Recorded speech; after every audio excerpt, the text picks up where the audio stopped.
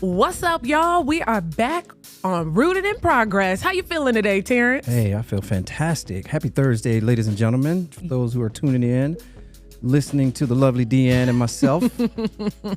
I hope y'all are feeling great on this Thursday. Thank y'all for hanging with us, joining us. We are on episode 12, chugging along here. I love this. Absolutely. You know, the feedback from people in the community always gets me a little emotional, you know, but I think the community, the family that we've built, the people who join us, we love y'all. Thanks for hanging with us. Y'all know we're live every Thursday here on the WFLA Facebook page, WFLAnow.com. But if you have not, make sure you like and follow us on Spotify, on that good old Apple Podcast, on that YouTube. You said Apple Podcast. I thought you was about to say apple pie. So you're hungry. I'm hungry. It's a late Thursday morning. I skipped breakfast. But yeah, man, we want you to like, subscribe, share, tune in, ask questions, give us feedback. We love you guys, and we wouldn't be here if it wasn't for you all. So yes, if you're listening in, of course, you can't drop any comments in right now. But if you are joining us live right now, which I see folks coming on in right now, make sure this is interactive. We love to interact with you all. So if you have any questions, because the woman, the queen that we have with us today, oh my gosh, her energy is infectious. She just has a big personality. She's so accomplished. We are so proud of her. Yes. Rooted in Progress is happy to invite and have Miss Monae Nichols, the Olympian herself. Yeah. We give our people their flowers. Joining us all the way from Italy. What a blessing, Monae. You know, everybody ain't able to just be in Italy right now. Just hanging out, right? Just hanging out on the patio, you know. Oh my gosh, I wish I was just hanging out, but yeah, I'm just enjoying the breeze right now. Hey, we're so happy to have you. Just even talking to you a little before we got on, you've been just a little busy, you know, nothing crazy, just a little busy with something called the Olympics. Yes. Nothing major here. No, I'm just kidding. All the things. We're proud. You're from Polk County, born and raised, and now you're sitting in Italy doing what you love. You were just in Paris competing, doing what you love. I want to go back to young Monae. Let's talk about her. What was it like growing up in Polk County for you? Oh my gosh, I can't even explain it. It's just a little small town, and everybody. I just knew I wanted to get out first off, but I did it there. Every year I try to come home, see my friends, my family, and everything. Growing up in Polk County, always going to like Tampa for Big Art Orlando to like Disney World every year, but then coming back home by the countryside, cause my people had land kind of by a little farm field. It was just very light-skinned, nothing major, nothing much, just calm. Okay, but then how we got to the track then? So we have little Monae. How did you get to track and field? At my elementary school, I always used to race. That'll do it. It's always some kid trying to race another kid at school. You know, it's always that like one email is like that one kid that think PE's Olympics. Yeah, that was me. You the one that used to race around the house and beat your siblings. Yeah, used to beat all your siblings, all your brothers, all that. I was like the only child for like 8 years, just about. Okay. Oh, wow. So none of that. It was always at school. They was getting at work. Yeah. I love that about you. But then I noticed I was like the fastest girl. Well, first off, my mom put me in a track tried to when I was younger, but I was very shy. So I didn't even leave the stands. I was just watching people run around, this and that and third. And then when I got to like fourth grade, I realized like, oh, I'm the fastest in the school. Like I should run. So yeah, that's how it all started. Wow. Good for you. Just being fast and trying to call out people. So tell us a little bit about outside of track and field. Tell us a little bit more about Monae. Like, who is Monae Nichols? Because we all seen you in the Olympics this past July, and let's dive into who Monae Nichols is. Let's just get right into that. Yeah. Okay. Well, I will say I'm just a family person. If you say who is Monae Nichols, it's just family. Because without them, I would be nothing without their support. Like my mom, right. She was born and raised in Haiti, and she came to America when she was like in middle school or something like that. I think a little bit of elementary school, like 5th grade, 6th grade, 7th grade, around there. So like just growing up, being around my family the whole time, having my influence being from my Haitian family. I like, if you know, you know. I can't even explain it. If you know a Haitian household, you know. It's very strict discipline, but luckily my mom was a little Americanized, so I got away with a lot of stuff. Also, my grandparents, which my grandfather is Jamaican and my grandmother is Bajan, so it was just everywhere. That strict disciplined household kind of, but I would say they lead on to the person I am now. Yeah. But with their guide. Yeah. I mean, absolutely, especially from the islands, right? So how do you integrate your heritage and your culture kind of into your everyday life now? Oh my God, all the time. Like at Texas Tech, I remember, so I went to school at Texas Tech, if y'all didn't know. We knew, girl. Yes, we knew. Okay, so the first like 3 months, I was just so homesick to the point where I went to every single grocery store trying to find like one that's like, that I can actually get my ingredients to make Haitian food. And I finally found one. And when I tell you, I was cooking up a storm about every single week to the point where my friends was like, oh my gosh, can I come over? Things like that. When it's Haitian Flag Day, I always rep my bandana.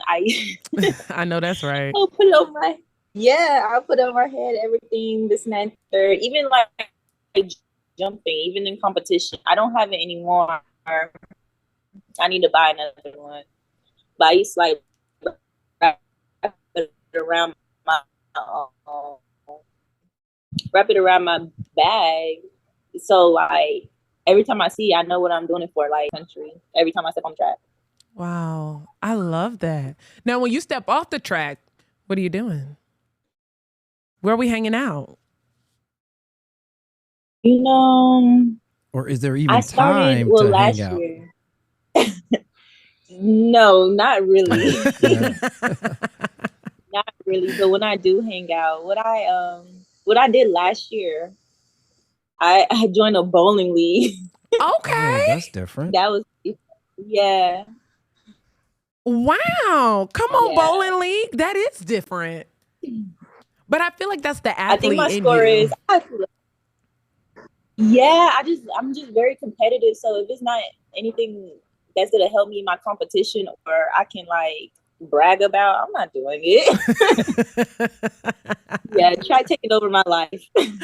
Well, that's that. But yeah, I think my bowling score is like 258 or something like that. That's good, Terrence. Oh, yes. Okay. Oh, yeah. Yeah. My highest is 230. So she's better than you. Ooh. Period. I mean, we all get lucky. One-on-one. We need to do a one-on-one when I get back home. We need to have an Olympic bowling competition. A bowling competition. When you get back. I love it. Yeah. Man, your energy is just incredible. Even your story, hearing how you integrate your culture. Also, hopefully, gonna be looking at some Haitian food. But going back to like your roots, growing up in Winter Haven, and you went to Auburndale High School. I want to talk about that experience. Your coach, she was actually on WFLA. We've had some of our other journalists who have talked to your coach, Coach Cheryl. She was saying how when you were a freshman, you were nervous. Bring me back to that. She will never let this story down. I swear on everything. She'll tell me every year when she do her little big track meeting, she tell all the girls the story. And I'm just like, Coach, let it go. She can't. It's not happening. I mean, it is a great story, but she don't even say like the beginning for real. What's the beginning? Let's set the record straight here. She got it pretty right, but you know, my perspective is a little different, maybe a little dramatic. We like the drama. But we like drama. So I met her before going to Auburndale High School. So coming out of elementary, I did AAU. And you know, I just did a 100, 200, and then I peeped like, hey, nobody's doing hurdles. There's only 4 girls. That means if I beat out one, I'm getting the medal. So I did that. And then one day in practice, I fell. And I told my mom, no, I'm done with track. I didn't touch track until I got to high school. So I was in the meeting, and this and that. She was just staring at me like I'm a girl from somewhere. And then her son finally said, like, yeah, she was on the AAU team. And then she said, oh, the hurdler. Yeah, we need a hurdler. You're a hurdler now. I'm just like, this is not what I signed up for. I just wanted to run. I just wanted to do the 100, 200, you know, 4x1, you know, the nice, easy stuff. No. So, yeah, my first meet out, I was just like, Coach, I'm not going to do it. I can't do it. I'm not about to do it. Like, I was scared because the last time I hurdled, I fell on my face hard. Right. So, yeah, she was like, you're going to do it, basically. Like, you got it. You're going to do it. You're fine. And then I went and I fell over like the first or second hurdle. First, second, or third hurdle. And then I got back up and I finished the race. And I came back like, oh, my gosh, Coach, I did it. I can do it.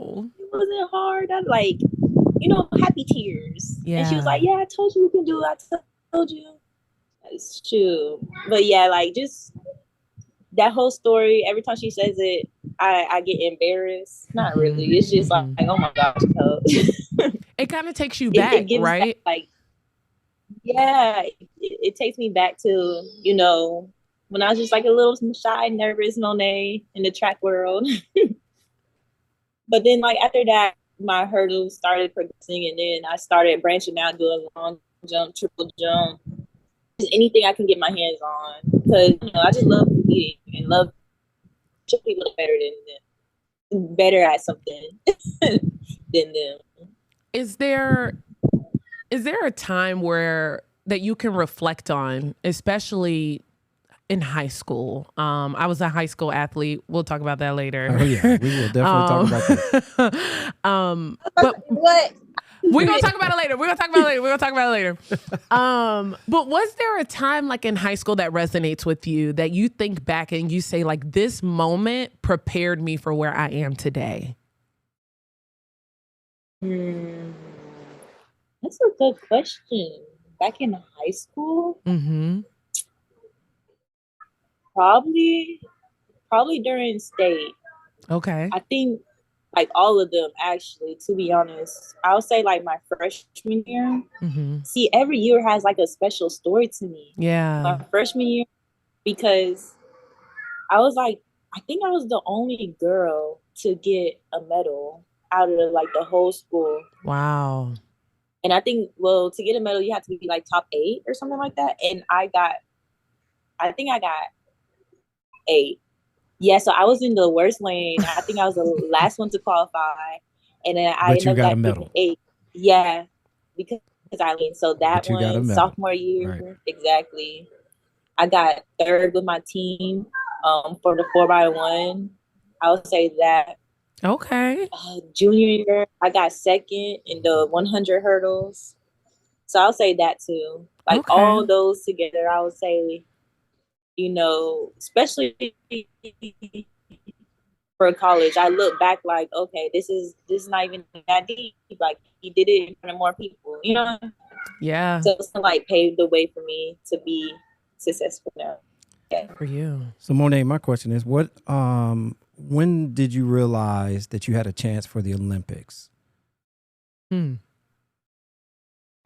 when I'm gonna take it was in college. Yeah. When did it hit you like, yo, I have a I'm shot. that girl.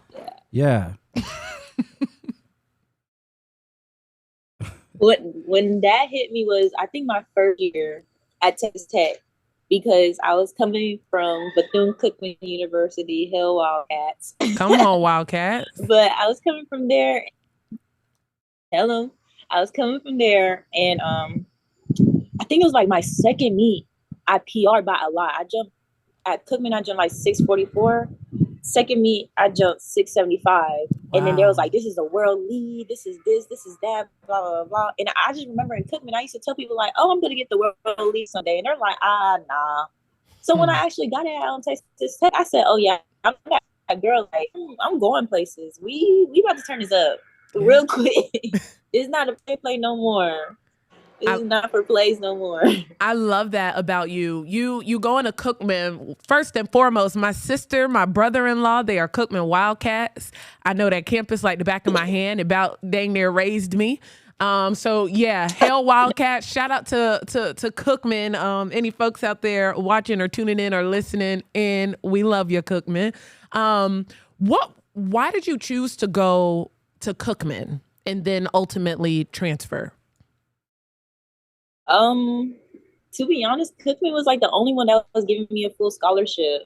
And my mom and it was like right down the street. So I was like, okay, like, let's go. And then I'll have to shout out to the head coach at the time, Coach Cooper, because he helped me with the whole process. Like I said, my mom, again, she's like an immigrant. She didn't know nothing. Yeah. I didn't know nothing. I didn't know how to apply. I just thought I just show up to the campus and say hi, get in the class, just like, just like any other thing, like going from elementary to middle to high school. Like, I didn't have to sign up or anything. Right. So he helped me step by step during that whole process. He helped me unpack my bags. Yeah, my mother came, but like, we was still all confused. But yeah, he gave me a full ride. So I was like, you know what? Let's go. Let's do it. Exactly. Yeah. Exactly. And I fell in love with it ever since. Like, still to this day. I always shout out Cookman, because without them, I would not be here. Oh, so then what urged you to move on and leave and transfer? I would say it was during, I think, my junior year. Mm-hmm. That's when COVID hit, and I was at indoor NCAA's, and that whole thing got canceled, and nobody knew, what was going on, what to do. And I just like sat back and thought about it. I was like, Cookman don't have the resources for me anymore. Like, I think I learned everything I needed to learn. And if I really want to, like, elevate, I think I'm gonna have to change. So it was nothing bad. It was always just, okay, I need to elevate. Do you think it has something to do with, again, I'm a staunch advocate for HBCUs and especially Black folk going to HBCUs, but we often have these issues of HBCUs lacking resources, opportunities, or exposure, and all of those things. Do you feel like you experienced that while you were at Cookman? Most definitely. It's sad to say, but yeah, like, it was times, like, say our track, we don't even have a track. We had a 110 strip, and it had like a jump pit, and it had like a little section for, a high jump, a little section for pole vault.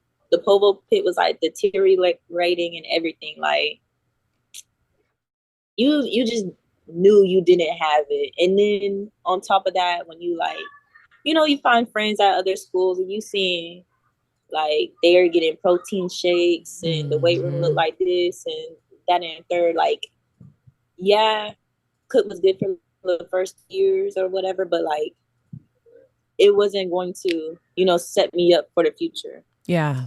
If I had stayed.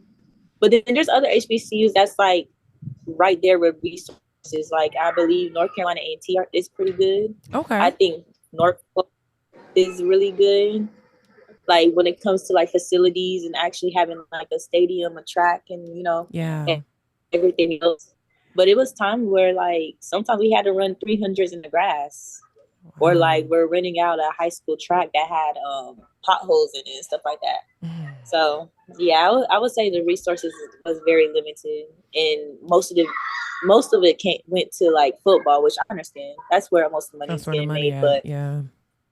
It's tough. It's tough because it's like, why do we have to sit here and count how many schools have those types of resources? We don't do that with PWIs, you know?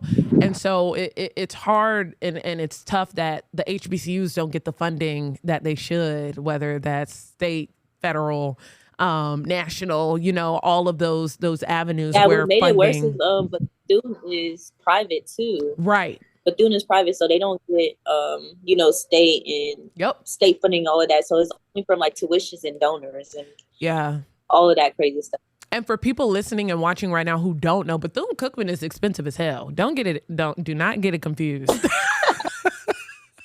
Cookman is expensive because it is a private university. However, what I am proud of you for is recognizing that, okay, Cookman served a purpose in my life and there was value and there was meaning and I did what I came here to do, but now I have to move on in order to elevate, in order to continue. So at Texas Tech, you said you had that realization, like you PR'd substantially, which is crazy. I know all of these numbers and all of the metrics, which is wild for you to PR in that way. What do you think was the biggest learning curve making that transition from Cookman to Texas Tech?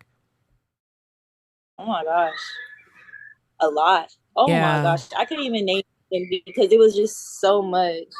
I was just so flustered in that whole like transitioning process because I think did we lose you already in? Oh no, we got you back. We got you back. Yeah. So that was already a learning curve. Learning how to like train in elevation on the learning curve. How big the school was, because Cookman was a strip. I love my Cookman, but you just need one tour and you're fine. But yeah, like the coaches, the staff, like how many people is working for you. Like I don't even think when I first went to Texas Tech, I did not touch the medical side of the place because I was like, oh, like, you know, like I don't want to say when you come from nothing, but when you come from less, like you don't understand what's out there for you. Mm-hmm. So yeah, I think the medical place, I didn't touch it for a month, and then they're just like, why you haven't came? Like you're tight, your glutes are tight, your hamstring is, you know, sore and messed up and this and that and third. And I'm just like, because I'm running fine. Like, why do I need to? And they're like, no, this is part of your recovery when they like buckle down with that. So I would say everything. Wow. Every single part of it. Yeah. Wow. That's incredible. Even the resources, I'm just like, we can get this for free. Like, this for me. This for me and this for free. This for me. Yeah. It is for you. So I'm gonna go ahead and let you know how I know what this is like. So a little story about Lil Deanne. So basketball was my sport growing up. And it's funny because on signing day, most people thought I was signing to play ball. But I actually signed to run track. So I ran track on the collegiate level at USF. And Okay. it sucked hanging up, like my basketball shoes, because I know where you're coming from, because when I went on my visits, like when I went to Alabama A&M, when I went to Cookman, like when I was getting recruited from a lot of HBCUs, which I did think about, right? And so I was like, okay, where's this at? Why they ain't got that? Because then you go to another school where they have all of these resources. And then you get to like a USF. There's the training room. You got all your trainers. You have the weight area, which is insane, by the way. And you have all your strength and conditioning coaches and all of this stuff. And I'm like, well, where is all of this at the HBCUs? And so running at USF and having facilities available to us at USF, like we got a free Mac, girl. When we signed and got on the team. It sure did. We got a Mac. Did you get to keep it? Because we got a iPad, but they didn't let us keep it. It was like you gotta return it after you're done. And I still have that Mac till this day. I still got the iPad too. They locked it though. They surely locked it. No, they ultimately ended up stop doing that for student athletes, which sucked for them. But we got to keep our laptops. But just like the resources, especially at PWI, you don't see those all the time at HBCUs. So I ran track, girl. For USF, I did the 100-meter hurdles. Oh, I'm no Monae Nichols. My 100 time is nothing to be stunting on. Trust me, okay? 100 hurdles, no. Of me. Yeah, I did the 100-meter hurdles. I did high jump as well. And so jumping is no joke. My story with long jump and triple jump. Girl, they tried to get me to do long jump and triple jump in high school. Couldn't hit the board. Triple jump, couldn't make it into the pit. I'm like, baby, this is not for me. Okay. This is not for me. So correct. Here we are today. But to know just a little bit of what it takes to be not only a collegiate athlete, but an elite athlete. I truly respect your grind. I respect everything that you have done. Talk about what it was like the moment you realized, like, oh shoot, I'm going to the Olympics. The moment went viral. So we saw we saw the reaction, but I want to hear what was actually going through your mind at that time.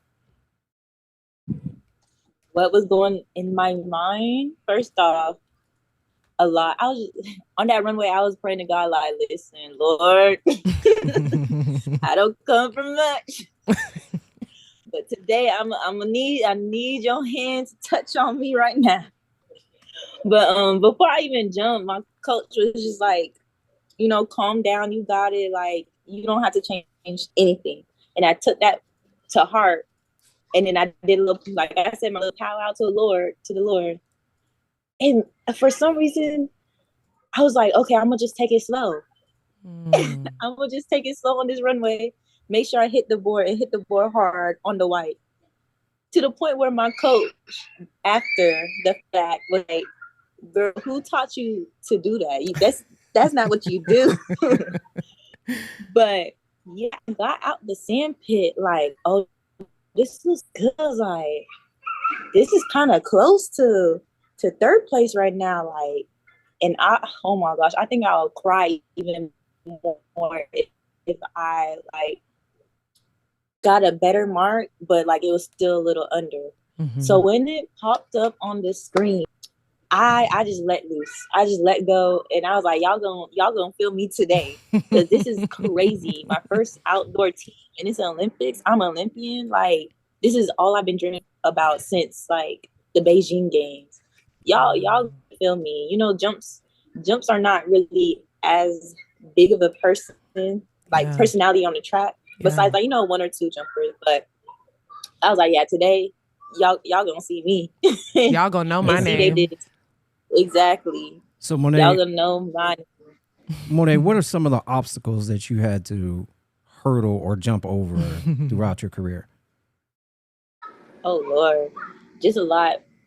Like, oh my gosh, I feel like just my mental health in a way, because the foundation, the base of me running was just because I wanted to show people I'm in elementary school. But then, like, when I got older, I was like, I can't have that, for motivation anymore. Like, I gotta do it for me. And then even last year, becoming a professional and having to like go to meets by myself without my coach, which is really for just like athlete, but especially jump, because now it's like you gotta see what you're doing on the runway. You gotta hit the board. You gotta make sure you're not over, you're not behind, you're not, reaching for the board or just too close to the board. I think that was my biggest obstacle, just to change my mental of like, I need to do this for myself instead of trying to show people I can do it, and to learn how to coach myself in like situations where my coach wouldn't be here. Wow. Yeah, that's great. Wow. What are some of your biggest takeaways from your experience with the Olympics? Because this is your first Olympics, right? Not your last. It's your first. What are some of the takeaways that you would like to share with us from that experience? I think my biggest takeaway is just being grateful for, what you have and what you got, because there was like a lot of people who were sad that didn't get like a medal or, didn't make it to finals, but it's like, you're an Olympian right now. That's right. That's why exactly. I really did want to cry when I got 6th place. But then I thought about it like, little old me, right, see me on the TV and thought I was like superwoman. So don't take this lightly. This is your first time and it won't be my last. And it's 6 on top of that. Yeah, I think my biggest takeaway is just not just to be happy with what you got, but appreciate what you have. Because a lot of people want to be in your shoe. Right. A lot of people will take that 6th place and run with it. So you might as well do it for yourself. I am getting chills. Wow. I have goosebumps right now. My God, that's a word, church. That is a word, because listen, because so many people dream to be where you are. Be where you are, and can't even fathom it. Like, they can't even believe in themselves enough. So to hear from you that one of your biggest obstacles was getting over your mental, right? And being able to be mentally strong, to be like, heck yeah, I can do this. And I can do this by myself, with or without a coach.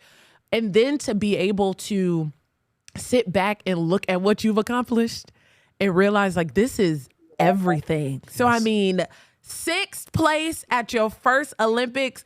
Girl, you better do the dang thing. We are here. We are proud. I mean, so what do we, so we hear the takeaways, right? So, like, what's the plan? What's our plan for LA? Because one, I'm gonna try to be there. So hopefully I'll see you there. Not competing. Not. I don't know, flag football, you never know. That's going on. I'm screaming. Count me out the game. But I really don't know. I'm not too much looking that far into the future. Like, I understand there, and I understand that that's a goal that I would want to accomplish, to be a 2-time Olympian. But as of right now, I'm taking it one step at a time. Like, next year is going to be indoor China, indoor worlds in China, and then outdoor worlds in Japan, and then, so on and so forth. So hopefully just for a year, I can just build off this year and not have like a downside. Good for you. Sounds, you said it's not a plan, but it sounds like a plan to me. Isn't that right, Terrence? That's a big plan. Yeah, that is a true game plan. Yeah. Speaking of game plan, talk to us about, what does training look like for an Olympian? Oof. Like you just mentioned, you just gave off a list of all the competitions you have coming up next year. What is the training? What's training look like? It's not I know people who You cut out just a little bit. Say it again for us, Monae. Repeat that, Monae. oh, yeah. And folks, Training is not that easy.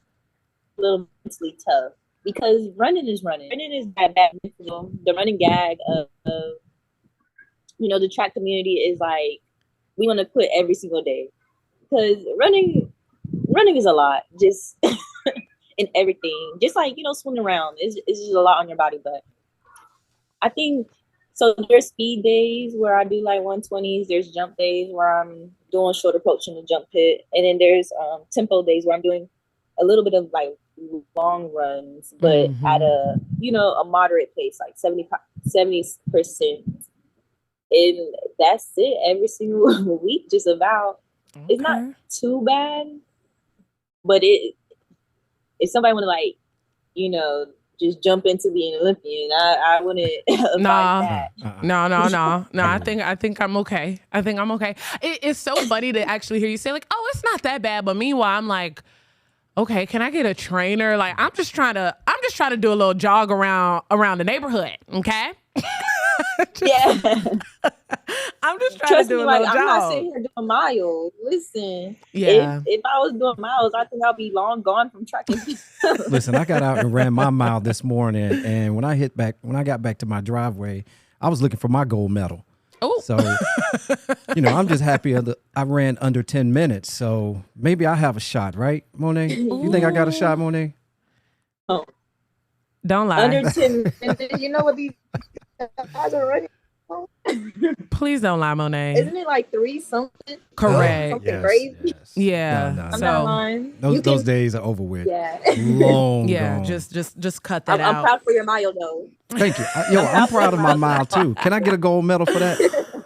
Monae, before we let you go, I think one of the things that you actually mentioned was the fact that track and field, for one, doesn't really get the flowers and the recognition that it deserves, right? And which is crazy. Right.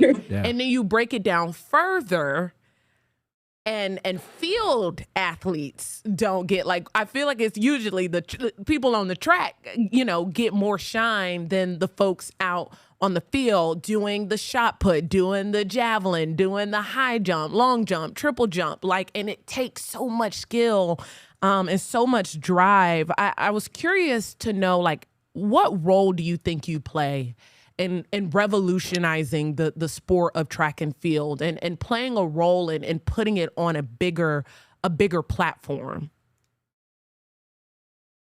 I would say now my role is just to have a bigger personality. Because I wasn't really jumping up and down, dancing around in the track. But then I noticed we need that. Yeah. We can't just be calm and, old school, that's how it was. It was just calm, they'll talk to each other and that's it. No big celebrations, no big, just anything on the field side. People would watch, but they just don't know what's going on. So now I'm trying my best because I'm still shy at heart somewhat. Oh. People would say no, but I am. I'm trying my best to just bring out my personality. So, cameras are on the long jump. And Tara Davis Woodhall is doing the same thing. She's been doing that for years. Yeah. So I'm happy that I can kind of just back off her energy. So, people can pay attention to field events. Yes. Shout out to our field athletes. I'm curious to know, do you know about this new track and field league that Michael Johnson is trying to do? Have you heard about that? Yeah. Oh, I did. What are our thoughts? Oh. Let me see it. Let me see if I want to be feisty right now. Oh, okay. All right. Okay. Monae, it's just us three. It's just us. Yeah, it's just us. So you can go ahead and spill the tea. And just a few other people. Spill the tea. do I want to be petty or not? No, I'm just kidding. You know, I see it. I acknowledge it. It's on the right path.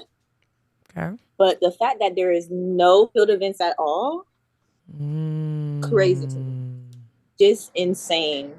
And yeah, I just feel like, so it's a track league. It ain't a track and field league.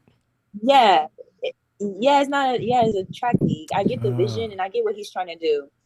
But my problem with that is he's giving opportunities to people who already have the most opportunities in track and field.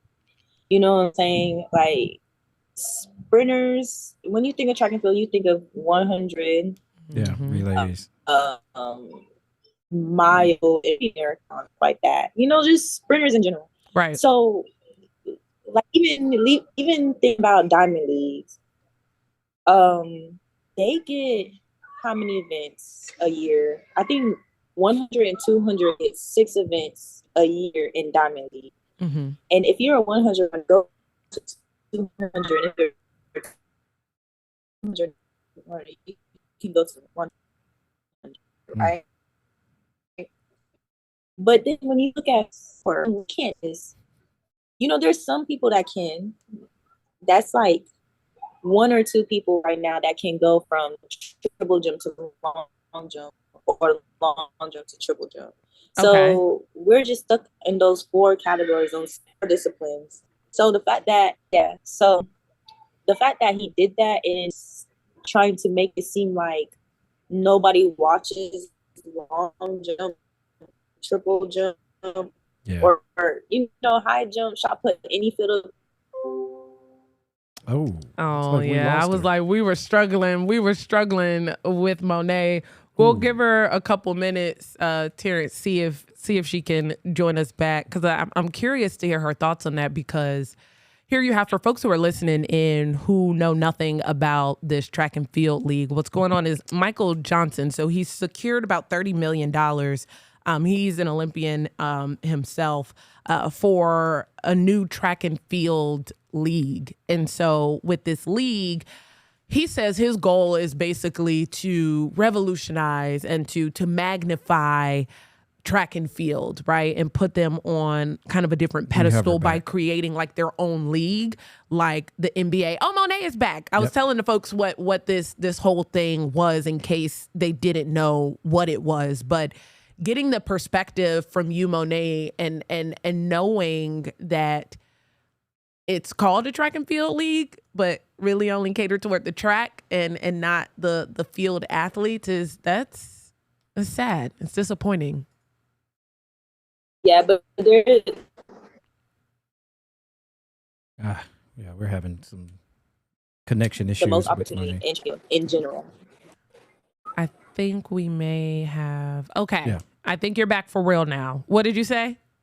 Okay.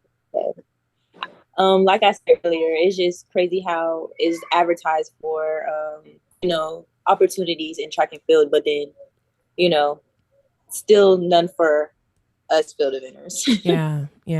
Yeah. Well, thank you for giving us your input. I still think you using your own platform, right, to kind of spark up and revolutionize the sport of track and field, something I know and love dearly, something that I respect, and my hope as well is that a lot of other people will one day gain the same love and respect for the sport too. Yes. Absolutely. All right. Well, Monae, we're going to let you go. We're also having some technical difficulties, so we're going to let you go. Thank you for hanging with us on Rooted in Progress. We appreciate you. Great talking to you, Monae. Thank you. Thank you for having me. Absolutely. You. And if y'all haven't, make sure y'all go and follow the Olympian herself, Miss Monae Nichols. Keep track of her. She's not just about to be sitting back doing nothing. She's literally in Italy competing right now in the Diamond League. So follow her, give her all her flowers, and make sure you're supporting her along the way. We got a long way to LA, so seems like she has a lot more practices and competitions that we still got to support our girls. So Monae, safe travels. We wish you the best. Let me know how everything goes with the Diamond League, okay? Definitely keep us posted, Monae. All right. Thank you so much for having me. Of course. Have a great day. Hey, thanks for joining us and hanging with us, everybody, on Rooted in Progress. There's a lot more work to be done here, Terrence, when it comes to uplifting the sport of track and field. So I'm so glad we have athletes like Monae Nichols, born and raised right here in Tampa Bay and Polk County, doing the good work. And setting the tone for young Black, not only just Black kids, but Black women, Black girls. Put your heart and mind to it. You know, just because you come from a little small area doesn't mean you can't perform on the world stage. Yeah. So it's all up to you. So shout out to Monae for you guys go out and follow her. Follow us. Period. Like us. Share us. All you got to do is search for Rooted in Progress. We got you on Spotify, Apple Podcasts, and YouTube. And of course, we're back every Thursday, live at 11 a.m. You can join us on the WFLA app, the WFLA Facebook page, or WFLAnow.com. So for now, from the Rooted in Progress Dream Center, we're out. Y'all stay rooted. See you guys.